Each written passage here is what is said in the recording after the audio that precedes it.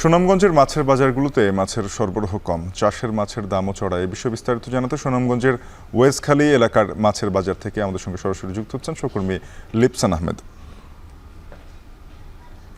লিপসান, জানাবেন যে মাছের দাম বাড়ার কারণ কি, এখন কোন কোন মাছ বেশি ধরা পড়ছে এবং দাম বাজারে তুলনামূলকভাবে কম রয়েছে?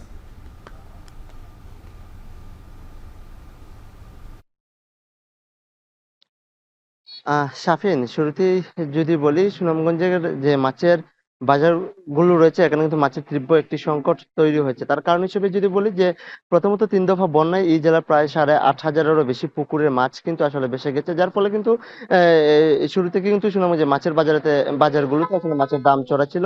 সেই সাথে সারা দেশে কারফিউ জারির পর থেকে কিন্তু এখানকার যে ব্যবসায়ীরা রয়েছেন, তারা কিন্তু অন্যান্য জেলা থেকে কিন্তু আসলে মাছ সরবরাহ করতে পারেননি, যার ফলে কিন্তু সুনামগঞ্জের যে মাছের বাজারের মাছের সংকট তৈরি হয়েছিল। বিশেষ করে কিন্তু এই অঞ্চলে আজকে সকালে আমরা পৌর শহরের ষোলগড় এলাকা, সেই সাথে পৌর কিচেন মার্কেট, এমনকি সর্বশেষ কিন্তু ওয়াজখালী এই মাছের বাজার ঘুরে দেখেছি।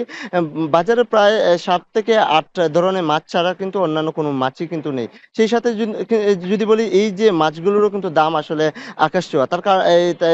আমরা যদি দাম সম্পর্কে একটু বলি যে তেলাপিয়া কিন্তু প্রতি কেজি ১৯০ থেকে ২১০ টাকায়। সেই সাথে পাঙ্গাসের কথা যদি বলি, সেটিও কিন্তু ২০০ থেকে ২১০ টাকা কেজি।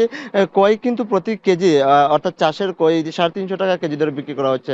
অর্থাৎ এই যে মাছের দাম, এতে কিন্তু এই অঞ্চলে যে ক্রেতারা রয়েছেন, তারাও কিন্তু অনেকটা আসলে এই যদি বলি যে যে মধ্যবিত্ত পরিবারগুলো রয়েছে কিংবা নিম্নবিত্ত পরিবারগুলো রয়েছে, তারা কিন্তু বেকায়দায় পড়েছে।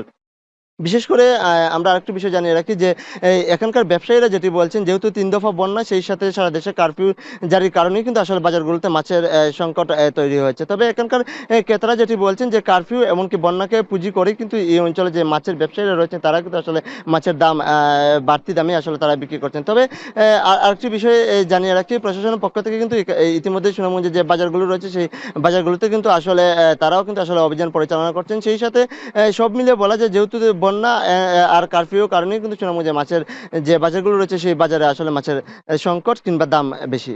শাফিন। সুনামগঞ্জ থেকে মাছ বাজারের পরিস্থিতি জানাতে যুক্ত হয়েছিলেন সহকর্মী লিপসান আহমেদ।